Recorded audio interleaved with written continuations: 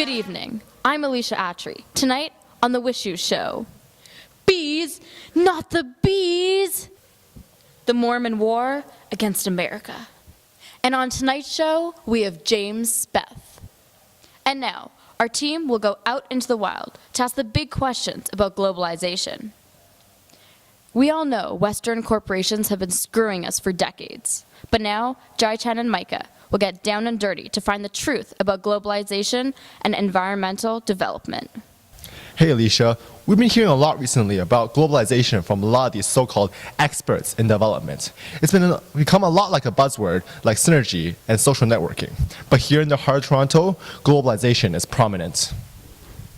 Many people regard globalization as a good thing. But is that really the case? We asked the Canadian public about their thoughts. Many people regard globalization as a good thing for development across the world. But is it really necessary? We asked the Canadian public. How do you feel about globalization? The Western corporations are using globalization as an excuse to stunt the growth of development of third world nations. Yeah. What do you think about globalization? Well, I'm really happy that all the countries in the world are cooperating nowadays, and I think it's a very big step in the right direction. What are your opinions on globalization? Well, I don't really like these globalizations because I think that with more globalization, there's going to be more power in the private sector. What happens when some other country, like China, takes away my water? Where am I going to get my water then?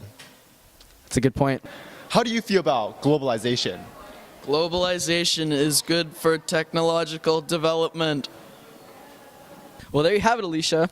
Although globalization has its benefits, it's being ruined by dirty well-meaning family-run companies like Koch Industries and Monsanto.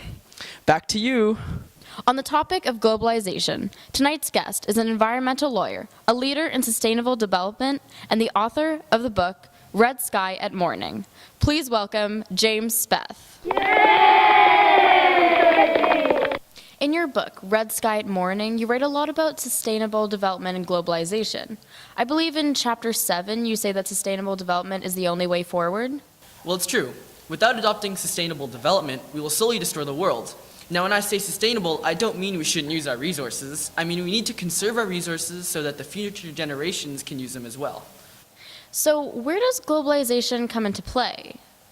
Globalization can help us move forward and help us cope with the environmental problems that we currently face. But doesn't globalization increase the rate that we use our natural resources?